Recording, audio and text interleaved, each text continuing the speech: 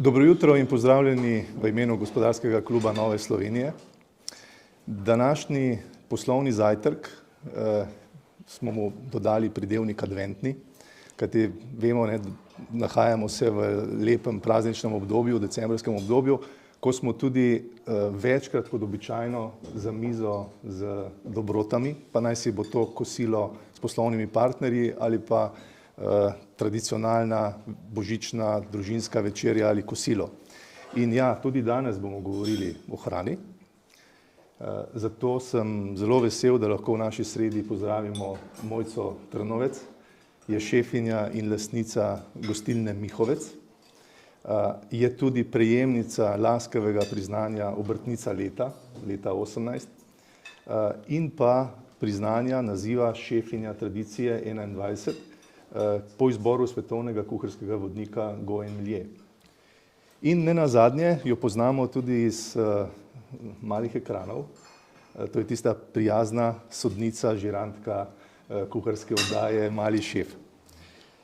Dobrodošli med nami. Dobro jutro in dober tek vsem.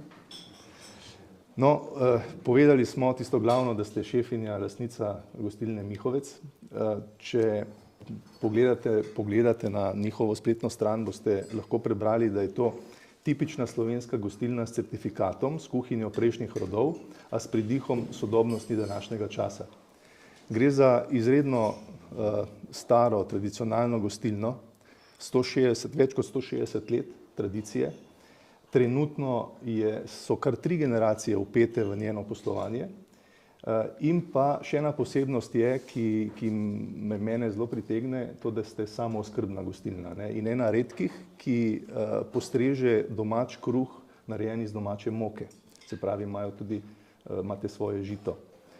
Zdaj, jaz bi vas tako najprej vprašal, če se tega dotakneva. Rojeni ste v tradicionalno gostilniško družino. Vam je bila vaša kariera, torej, kot rečemo, položena v zibelko, ali je bila to vaša intimna izbira? Najprej hvala za povabilo na tak lep adventni podjetniški zajtrk. Pri nas v gostilni se dan malo kasneje začne, zato ker se tudi dan v noč konča. Ampak mi ni bilo težko reči Robertu, ja, pridem, kljub temu, da sva termin poiskala. Ja, vaše vprašanje je zanimivo. Med vami sedi tudi moja sošolka iz srednje šole. To se je kar odvilo pri meni, v bistvu sploh ni bilo debate že na koncu osnovne šole, kam iti naprej. Res je, da včasih ni bilo toliko širokega spektra izbire vpisov, kakor jih imajo danes naši najstniki. In sploh nisem razmišljala drugam kakor v srednjo gostinsko šolo. Tako da dejansko, ja, res, ti je eno delo, eno poslanstvo hiše položeno v zibko. In če pomislim tudi na svoje otroke, tako dostikrat, ko me isto tole stvar vprašajo, tudi naša Ela, ki še ni hodila, ki je bila še dojenček, smo imeli tam pred šankom voziček in otrok je bil noter, vsak je šel je malo zumbu, malo dudo ven noter in tako so gostilniški otroci, živijo v zibki od majhnega in zrasejo. Rastejo s tem, ne? Ja, še ena zanimiva stvar je treba seveda povedati glede vas, in sicer poleg tega, da ste šefinja, ste tudi somelje in to 3. stopnje, kar je, kar tisti, ki se spoznate na to, ni tako enostavno priti do tega priznanja. Zdaj vas je k temu vodila k tej fuziji med hrano in pijačo vodila strast, oziroma kako je prišlo do tega? Dobro vprašanje na mestu. Rečem, 12 ur nazaj še smo bili res v tej eni fuziji, eni empatiji, kar odpeljejo te sanje. Ja, ta hrana, to vino, se mi zdi, da samo vino imam že tudi malo po očetu. Našata je tudi kletarsko šolo naredil. Včasih je bilo z vinom treba drugače delati v gostilnah, kakor danes. So bili še vseeno sodi tudi v gostilnah prisotni. Tudi mi imamo vinski kevder spodaj pod hišo. Še danes vidim tiste koluta, kamor so sod noter opeli in te bundevalije, da so potem gor vino prečrpali v zgornji štuk.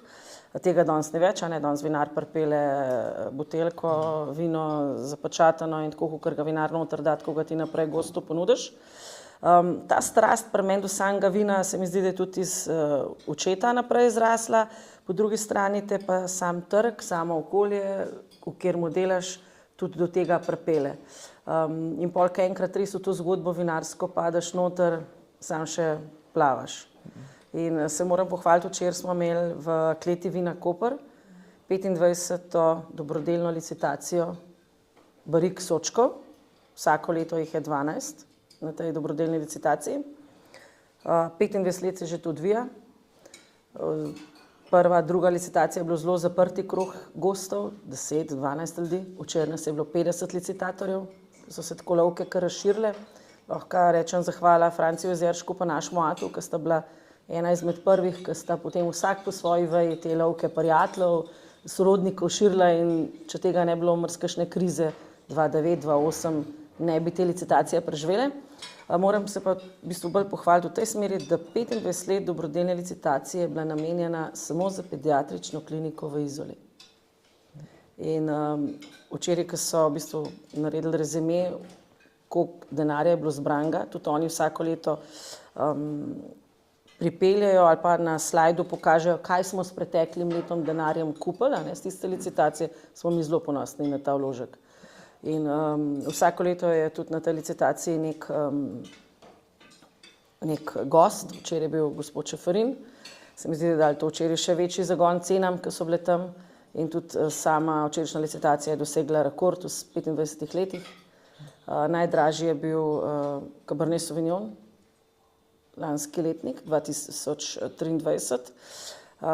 Izklicna cena je 16 evrov, to pripada kleti Vina Koper, kar je nad 16 evrov, gre za pediatrično. In za liter vina slicitiraš cel soček, 225 litrov, cel ga moraš licitirati, cel ga odkupiti. Za liter vina tega sočka je včeraj licitator dal 110 evrov po litru. Lepa in plemenita gesta. Ta srečen licitator nismo bili mi, ker mi ata doma že rekel je, nazaj se drž, da ne bo tako kot lansko leto. Charlie mi je že pri 8. sočku licitacijsko kartico vzel, moj mož mi je spravil, ker mi smo zlicitirali včeraj Sivi Pinot, ki je bil prvič v 25 letih tudi na licitaciji in to je bil 5. soček, glede na prvo malvazijo, ki je bila 43 evrov, ki jo je gospa Čeferin odpeljala, smo mi za naš Sivi Pinot dali 61 evrov po litru. No in to je bilo včeraj taka prelomnica, ki je šlo potem sam še gora. In se lahko pohvalim, da mogoče ženske našega letnika, da smo res take trmaste, trdožive, znamo tudi včasih malo ponagajati in včeraj ta naša nagajivost najbrž tudi ne pripeljala do teh cen, ki so včeraj bile. Tako, kot bi moja stara mama pokojna rekla, malo je treba znati drukati, tako kot pri kartah. Sem včeraj tudi jaz znala to fajn vzpodbuditi. Podkurt, ja, tako.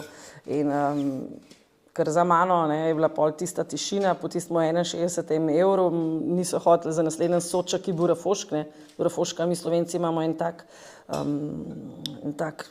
negativen predznak, ker je zelo ni dober. Refoški je naš slovenski tradicionalist, na katerega bi mogli biti ponosni in se niso neki fantje zagrevali in normalno ostaneš in začneš ploskati. Sem rekla, fantje pa bodite močni, dajte. No in pa so šle samo še cene v višave in ta zadnja 110 je bila res rekorderka. Ja. Super. No, če se malo ustavlja še pri sami kulinariki, ta že dolgo časa ni več povezana zgolj s to potrebo po hrani kot eni od osnovnih življenjskih pogojev, enem osnovnem življenjskem pogoju za preživetje samo, ampak kulinarika je z leti postala povezana z nekim dogodkom, z zgodbo, z doživetjem, ki ga gost recimo pričakuje ali pa tudi zahteva, ko gre v gostilno. Zdaj, vi izhajate iz družine, ki je ta razvoj samih krožnikov oziroma prehranjevanja dala čez v enem takem kar dolgem obdobju. Krožniki nekoč sedaj so zelo različni. In vi pravite, tudi to sem pobral iz vaše spletne strani, da je dober krožnik kombinacija kakovostne surovine, kuharskega znanja in kulinarične drznosti. Na kakšen način in od kje črpate vi ideje za vaše krožnike? Kako to nastaja, nam lahko to malo razložite? Ja, to kolo, ta zgodba prehodi iz časa v čas, seveda prehaja tudi iz roda v rod, ne. In če pomislim na krožnike moje stare mame, v kateri sem jaz zgor zrasla, je to danes čist druga zgodba. Ampak ne veliko razlike, kar se tiče samih surovin in tiste osnovne priprave. Ker vseeno izhajamo iz ene tradicionalne hiše in tudi danes sama kulinarika, tudi svetovna, ne, se vse nazaj vrača k prvinskim okusom, k prvinskim izvorom. Tista fusion kuhna, seveda, da je moderna, molekularna je bila moderna in tudi kakšne vmes bojo še prišle nove, ampak to gre tako hitro gor, kakor gre tudi hitro dol, ne. Pri nas v naši kuhinji, sploh to, kar sem tudi sama mamo vedno opazovala, je imela res surovino dobro, tako da so surovine, moraš vedeti, iz kod izhajajo. Sploh pri mesu je to ena taka zanimiva stvar. Lahko imaš ne vem koliko dobrega mesarja, ampak lahko te pa tudi mrzdaj okoli prinese, ne. Tako da surovina je res tista prva. Potem je pa izvedba, ne? Potem je pa izvedba, ne. Tle je pa res tista malo drznost, kaj si upaš, kaj si ne upaš, malo moraš tudi začutiti, koga imaš na drugi strani kot gosta. Lih zdajle, ko sva se peljala sem prav v tej smeri razmišljala, ne. Kako gosta izobraziti, ne. Recimo pri nas so bili včasih gosti navajeni, velika porcija mora biti, da malo manj čez krožnik gleda, ne, pa da ja dosti močno, pa masno. In mogoče ta isti gost, ki ga ni bilo 20 let v hiši, se bo danes vrnil nazaj in bo nezadovoljen. In taki gostje, recimo, danes so to gostje, ki predvidevam, grejo na šiht in pride šihta dan, nima kaj dosti početi, se bo sedel pred računalnik, napisal, joj, je bila premajhna porcija, sem šel lačen, je bilo predrago in tako naprej, ne. Se pravi, sama klientela, ki se je v tem času obrnila, se moraš tudi potem samo vprašati, ali se boš ti prilagodil njim, ali boš šel svojo pot naprej. Oziroma, si boš zbral publiko tako, kakršno vizijo imaš ti v svoji glavi. Mi v naši hiši pa tudi nismo nikoli, nismo nikoli, na šata vem, da je dostikrat rekel, takrat, ko so 20 let nazaj, ko so začele pizzerije rasti kot gobe po dežju, ne, joj, mojca, zakaj mi nimamo pice, poglej, v nas sosedova pizzerija ima poln parkirplac, mi smo pa prazni. Ja, res je bilo tako, ne, še danes je velikokrat tako, sploh recimo med tednom, sredi četrtki, ne. Seveda smo prazni, ne, ampak če bomo mi enkrat pico naredili doma pri nas, pa da bomo mi začeli pico prodajati, mi namo več mihovc. In hvala Bogu, da sem bila takrat jaz še, to so bili časi srednje šole, malo po srednji šoli, da sem bila dosti strmasta, sem rekla, ne, jaz se ne vidim v tem, ne. Ne moreš biti tista muha, enodnevnica, modna muha, ne, z kamer boš le, ti pa misliš, da bo uspela, ne. Ni to tako. Tako da sem vesela malo te trme, ki imam po stari mami, ženske trme in se mi zdi, da je pozitivna. In hočem to reči, ne, in se ti obrestuje na dolgi rok, ker zdaj vidim, da res v hišo pridejo gostje, ki so ponosni, ki grejo z naše hiše ven, sploh ponosni na nas, ki pripeljejo oni spet novega gosta. Da se pohvalijo, pripeljali smo jih mihovc, tle pa lahko rečemo, da je to, ne bom rekla lih domače, ne, tista domača, ker ta beseda je kar zelo iznakažena v zadnjih letih, ampak da je narejeno v naši kuhinji, ne, iz naših surovin, kot ste rekel. In da imate pač eno svojo usmeritev, ne, ki jo držite in to tradicijo peljete naprej, ne. Ko sva lih pri krožnikih, nam lahko mogoče zaupate kakšen krožnik, ki bo na mizi na vaši božični večeri? Takrat pride sine domov, jaz upam, da bo on kuhal.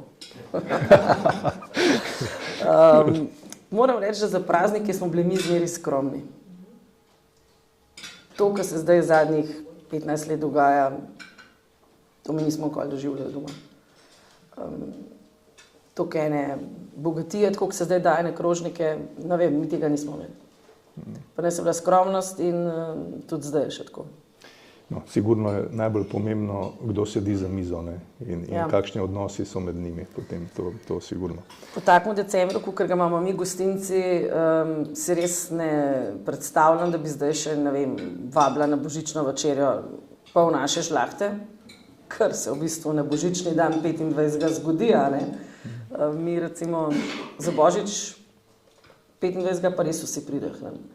Vedno je bila tradicija, dokaj časa sem imela še strica živega, smo se pri njih dobivali. Seveda, takrat nas je bilo 20-25, zdaj nas je pa kar 40. Ne. Mi otroci smo zrasli, vsak ima svojo familijo, vsak ima že od naših otrok partnerje zraven in otroke in nas je 40. In normalno, pri tetki se ne moramo niti več dobivati, ker tudi strica več ni in tudi hiša je premajhna, pri nas je pa hiša dosti velika in zakaj ne, ne. Tako da velika noč pa božič, ta 2 dneva vsi naši žlahtniki vejo, da je pri Mihovc. Je pa res, da zdaj mladina, ne, ki so že toliko najstniški, so zrastali in oni zelo veliko naredijo. Tudi v to smo skozi gledali, če drugega ne v štartu, smo jim dali včasih palačinke za speč ali pa kakšno stvar za prštimati ali pa posodo za pomiti, no zdaj pa dostikrat rečejo, bomo mi skuhali. Tako da sine, ki mi prihaja domov, je zadolžen za kosil. Torej, vi v bistvu nimate samo gostilne, ne? Mihovc ni samo gostilna, je tudi kmetija, ukvarjate se tudi s tržnico. Zdaj, mene tako iz tega poslovnega vidika, ne, če zdaj na to preidem, kako vi usklajujete to delo? Ste tako vsi za vse ali imate to po nekih, rečemo temu, organizirano po oddelkih? Kako poteka sama organizacija znotraj? Ja, pri nas je poleg gostilne še kmetija in poleg tega je tudi še ansambel. Naš oči, recimo, ki je on začel, ne, naš oči drugače hotel biti zdravnik ali pa pilot. To je pač njegova želja bila, naš gata. Ampak, ker je sestra njegova, se pravi moja tetka, se v osnovni šoli ponesrečila, ker ona je bila pripravljena, da bo doma ostala na gostilni. Njo je v Medvodah zbil vlak, ki je šla pač čez Štreko, ne spodaj pod podhodom, ampak čez, a ne, zato ker otroci, se veste, no, nismo zmerni, ubogljivi. V glavnem, takrat je imela to nesrečo in normalno Štefka je vedela, da doma ne bo ostala in potem je oči avtomatsko doma ostal in vodil kmetijo in gostilno naprej. In naš ata je res to handlal do zdaj, ne, mislim, še vedno ima glavne prioritete v hiši, ampak ko se naš oče poročil z našo mami, je normalno mami prevzela takoj strežni del, ker pač mama, tašča, ne, moja stara mama je bila v kuhinji. In vedno se je mama naša pohvala tolikle leta, ne, mi smo bili 4 generacije do 5 let nazaj v isti hiši, 4 generacije pod isto streho. In nikoli se nismo kregali. Naša mama je to vedno s ponosom povedala. Tudi če se nismo nikoli kregali, ne, je bilo pa treba dostikrat vprašati, ja zakaj pa ne, ne? Nekdo je mogel vsem potrpeti, ne. In moj starata pokojni rekel, ja, seveda potrpeti, ampak potrpljenje je božja mast. Tako da te balansi so bili cel življenje pri nas prisotni. Ne? In to tudi pri sebi vidim, hvala Bogu, da to imam, ker v današnjih časih, če tega ni, ne, se lahko v kolektivu hitro skregaš, med delavci je hitro lahko prepir in se mi zdi, da je dobro, da imaš ta občutek, kdaj moraš kakšen korak nazaj stopiti. In naš oči, recimo, ki je to zelo dobro vse skupaj držal, je tudi vedel, kdaj mora te stvari ne spustiti, ampak da je korak nastopiti, da mi, ta mladi, pridemo v spredje. In ko sem jaz končala srednjo šolo, takrat ni bilo še gostinskega faksa, jaz sem bila vpisana na pedagoško akademijo, biologija, gospodinstvo, smer. In tisti dan, ko bi mogla iti s tretjo sošolko v pisemco nes, ne, jaz se še danes spomnim, takole na kavču sem sedela na robu, mami tamle na zofi, pa oči pridem in prav, kako si pa zdaj ti to predstavljaš, da boš šla ti zdaj naprej na faks, kdo bo pa doma delal? To je bilo osnovno vprašanje mojega življenja, ki ga še danes vidim in naš ata mi je še danes avtoriteta in mu nisem znala nazaj, ne mu reči, samo Damjano sem poklicala, sem rekla, Damjana, ti pa sama, jaz ostajam doma. In tako sem ostala doma in potem čez kakšen let, dve sem delala računovodstvo, izobraževanje za računovodja celo leto in potem se je začela naprej naša izobraževalna food and beverage manager in sommelier 1 in 2 in 3. Ne. In to so neke osnove, ki vidiš, ki jih moraš imeti, če hočeš podjetništvo naprej voditi, ker pri nas v hiši nismo bili več ne gostilna, ne kmetija, ampak to se je samo širilo. Ne. Iz 5 hektarov zemlje, kolikor jih je bilo včasih, jih je zdaj 30 hektarov obdelovalne zemlje. In tako kot moj brat, so tudi njegovih 6 otrok zrasli, da pomagajo očetu vse to voditi. V gostilni sem pa jaz svoj segment pelala naprej. Naš ata je še zmeraj ta krovni, ki drži tisto glavo. In zadnjih par let, sploh čas korone, je bil en tak čas, za kjer ga naše dva oči pa mami dostikrat rečeta, kaj bi dala, da bi se še to vrnilo. To je bil res čas, ko smo se mi ustavili, ko smo pol leta imeli kosilo, ko smo pri kosilu lahko vsi sedeli, pa normalno jedli, ko smo se lahko kaj pogovarjali. In tisti čas korone sta naša dva oči pa mami nam vsem otrokom razdelila pisma, v katerem je pisali, da pač se starata, da želita vedeti od nas, kaj mi želimo od Mihovca imeti, kaj želimo svojim bratom in sestram dati, kot dediščino. Ta proces še zmeraj traja, ampak vsi smo vpeti v del. Moj brat z otroci v kmetijstvo, jaz v gostilni. Imam še mlajšo sestro, 13 let mlajšo, ona je bila do lanskega leta pri nas zaposlena. Je pa to malo mlajša generacija, ki malo drugače tudi že razmišlja in normalno, vsak partner tudi drugače razume družino in temu ne moreš oporekati, on želi svojo ženo, svoje otroke imeti za vikend doma in proste roke so ji ostale, tako da je pač šla drugam v službo. Da ima vikende doma, no. Ampak mi še zmeraj tako, kot hočem reči, smo vsi eno, ko je treba delati. V gostilni prejšnji teden smo imeli 170 gostov, to je 170 avtov, ker so se vsak svojim pripeljali. In so te moji nečaki, ki delajo na kmetiji, vsi dopoldne prišli pomagati. So bili eni v kuhinji, en drugi bil parkirmajster, en je z dronom ves proces snemal. Tako da en drugemu moramo pomagati. Ne? In tudi naš del, recimo mi gostilna imamo eno majhno nivo, kjer vse te stvari predelamo. So zdaj ti moji nečaki vsi že toliko veliki, zvrzirani, tudi izobraženi, ne? Ker hodijo v Naklo, na srednjo in naprej na faks, so že nekateri, da mi dosti omogočajo pri tem delu, da nisem jaz tudi sama toliko peta. Ker par let nazaj pred korono se spomnim, sem bila res zjutraj od kmetice do kuharice v kuhinji in na koncu obračuni in blagajna vse ena oseba. No. Saj danes je še zmeraj tako, sem v kmetijski trg, da je malo tam mladem. Ja, prav gotovo je treba imeti veliko kompetenc, ki si jih človek nabere z izkušnjami, vse to usklajevati. Ja. Ne? In tle prideva pa zdaj do naslednjega vprašanja kadrov. Zdaj, v vsakem podjetju so kadri tisti, ki naredijo lahko razliko, tako ali drugačno. Ne? In prav gotovo verjamem, da tudi pri vas je tako. A se tudi vi srečujete s tem pomanjkanjem kadra? Se pravi, da težko dobimo pravega človeka. Razumem, da imate pokrita mesta za družino. Veliko je družinskih članov noter, ki so le drugače obravnavani verjetno kot nekdo zunanje, ampak verjetno imate pa tudi kakšne zunanje kadre, ki jih želite dobiti. Nas je trenutno v naši firmi, v našem podjetju med 20-25. Eni smo redno zaposleni, eni so po pokojninski pogodbi, drugi so študentje, ene imamo prek SP-ja, ki še opravljajo isto gostinske storitve pri drugih.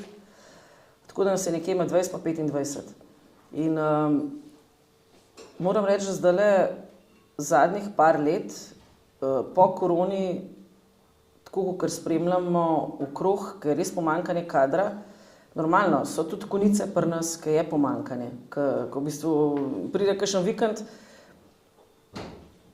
ta gre sem, gre tja, študent tu napaše, ki vidi, da bo preveč dela, nas je premalo. Generalno, če pogledam, nas je vseeno dosti. K nam radi pridejo delati, tudi študentov imamo veliko povpraševanje. V zadnjem letu tudi za redno zaposlitev dost, ampak po drugi strani lahko bi vse vzeli.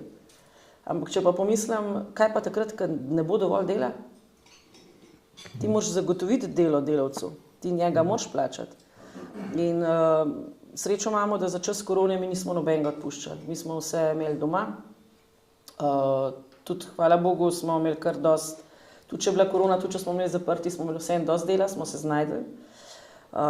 Malo nas je tudi Počivalšek rešil, s tistim svojim sendvičem in vodo, da smo lahko za poslovne partnerje delali. In isto tako sta prej oči pa mami rekla, da bi rada vrnila ta čas, dostikrat se pohecata, ja saj to gnarja, kakor smo ga imeli mi v času korone, ga nismo imeli ne prej pa ne pola, ampak tako je bilo. Tako da korona je bila dobrodošla, ja. Je pa res, da tisti, ki pa so s kadrom v času korone grdo delali, se pravi, da so jih odpustili za svoje dobro, se to ni dobro končalo. Kar veliko gostincev poznam, ki so dali delavce stran in potem po 2-3 letih se ta delavc nazaj ni vrnil. Veliko gostinskih delavcev je poiskalo delo v drugih branžah ali pa pri drugih ponudnikih. Pri nas pa tako, ker pravim, delavcev je dost, je pa tudi po drugi strani res, da vsak delavec si želi delati tudi tam, kjer vidi neko vizijo, kjer je hiša dobra, kjer ima lahko kakšno izobraževanje, pa ne zato, ker zelo dobro poskrbimo. Tudi če je zdaj recimo tak čas, ker imamo mi dosti dela, recimo smo se odločili 23. decembra bomo ostali zaprti in bomo te naše delavce vseeno pelali na neko novoletno druženje, s tem, da to ne bo neka sam pogostitev, ampak bomo imeli tudi izobraževalni dan. Šli bomo pač v robogojnico in te ribe potem tudi sami naprej dimali in tako naprej. Ja, razvoj kadrov je vedno pomemben. Če se malo dotakneva še našega poslovnega okolja, ki je vedno bolj obremenjen tudi z birokracijo.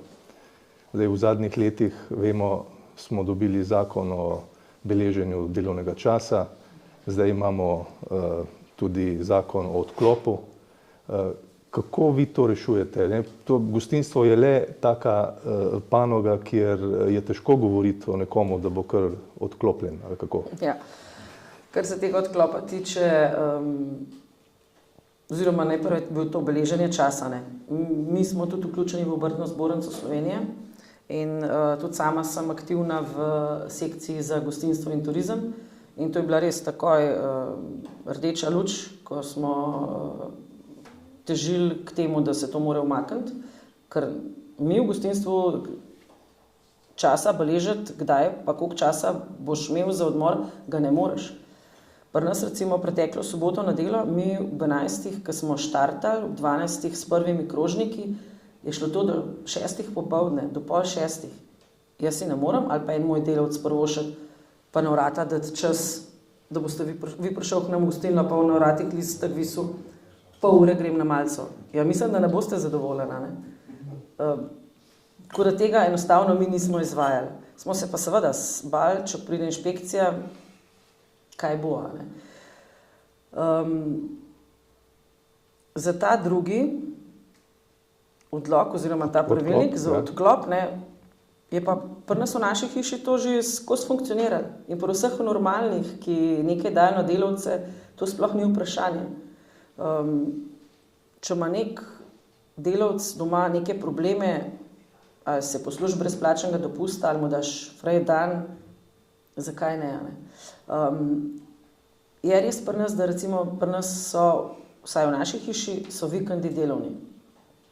In pred parimi leti je bila kar ena taka fobija v poletnem času strani gostincev, zakaj morajo gostinci res za vikende delati. Da gostinc se lahko znajde, pa da je delavec njegov za vikend frej. Ne dela od ponedeljka do petka. Mi smo takrat kar malo tako tega gostinca gledali, kljub temu, da je naših vrst, takih tradicionalnih hiš, smo rekli, tole pa ni slih prav zapeljal. Ker se moramo mi zavedati, če vi hodite v službo od ponedeljka do petka, si vseeno prvošeš vikend frej. In zakaj bi vedno za vikend vi doma kuhali? Greš nekam, greš v gostilno. Zdaj si pa predstavljate, da bi bile vse gostilne za vikende zaprte. Mislim, da spet ne bi bili zadovoljni. In mi smo gostilna vikendaši, jaz pravim. Mi sobota, nedela delamo, petek, sobota, nedela, to je naš kruh. Ne? Je pa čas pri nas v naši hiši prinesel to, da hvala Bogu naš oči je že včasih, ko je bila kmetija, mislim, ko je bila na kmetiji še dosti več fizičnega dela, smo imeli za poletne počitnice vedno 3 vikende zaprt. Ker takrat je bila žeto.